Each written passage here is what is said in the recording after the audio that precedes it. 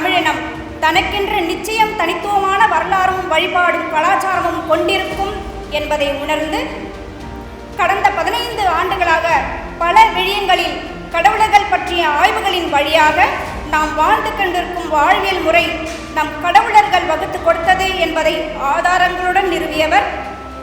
தனது தமிழ் சொல்லாய்வுகளின் மூலம் தமிழர்களின் மனதை கொள்ளை கொண்ட இந்த விழாவின் நாயகர் தமிழ் சிந்தனையாளர் பேரவை மற்றும் 5ஆம் தமிழ் சங்க நிறுவனர் முனைவர் திரு பாண்டியன் ஐயா அவர்களை அன்புடன் வரவேற்கிறேன். சொல் தான் எல்லாத்துக்குமே காரணமாக இருக்குது. அந்த சொல்லோட நீட்சி தான் இன்றைக்கி புத்தக வெளியீட்டு விழாவாக வந்திருக்கு. பிரிவு 497 அப்படிங்கிறத நீக்கிட்டாங்க.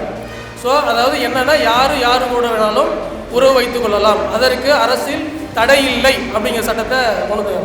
ஸோ இதன் மூலமாகவும் இங்கே நம்முடைய குடும்ப கலாச்சாரம் சிதைக்கப்படுகிறது. உயிரை விட ஒழுக்கத்துக்கு முக்கியத்துவம் கொடுத்தான் தமிழன் அப்படின்னா, நம்மளை விட நம்ம கருத்தியல், நம்ம சங்கம் மக்கள்கிட்ட போய் சென்றடையணும். இது எந்த அளவுக்கு மக்கள்கிட்ட போய் சென்றடையுதோ அந்த அளவுக்கு நிச்சயமாக உலகத்தில் மிகப்பெரிய தாக்கத்தை ஏற்படுத்தும். ஒரு சமூகம் சிறக்கணும்னா அந்த ஒழுக்கம் மிக அவசியம். இதெல்லாம் அடிப்படை கோட்பாடுகளை விட்டுட்டு கெடுக்கணும்னு இருக்கான் பார்த்தீங்களா, அவன் தான் யூதன்.